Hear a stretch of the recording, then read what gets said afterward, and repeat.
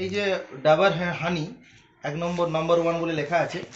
এর এই মধুটি আমি কিনেছিলাম আমাদের মাধপুরে একটি দোকান থেকে। দোকানের নামটা আমি বলছি না, দোকানে যদিও আমি নিয়ে যাচ্ছি।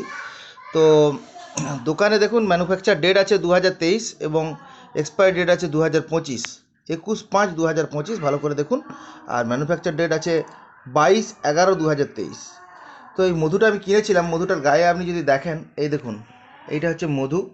হ্যাঁ, এই মধুটির যদি আমি খুলে দেখাই আপনাকে, তাহলে আপনাকে দেখাতে পারবো। দেখুন, মধুটা পুরো চিনি দিয়ে তৈরি। হ্যাঁ, এই ডাবর কোম্পানি এত বড় একটা নাম্বার 1 কোম্পানি। তো আমি অবশ্যই কোম্পানিতে ফোন করব। তো আপনারা দেখে রাখুন। আজ এটা যদি আমেরিকা হতো, তাহলে কিন্তু এই কোম্পানির মালিক আজকে রাত্রের মধ্যেই অ্যারেস্ট হতো। কিন্তু যেহেতু আমাদের ভারতবর্ষ এবং তার মধ্যে এটা পশ্চিমবঙ্গ, সেক্ষেত্রে কিন্তু এই ধরনের আহ, কোনো অ্যাকশনই এই মুহূর্তে হবে না।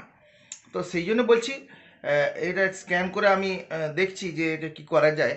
অবশ্যই, তবে আপনারা মধু টধু কেনার সময় কিন্তু চিন্তা করে কিনবেন। এগুলোতে মানুষের বাচ্চা ছেলের জন্য কিনেছিল, কিন্তু ওষুধটা মধুটা খুব নষ্ট হয়ে গেছে।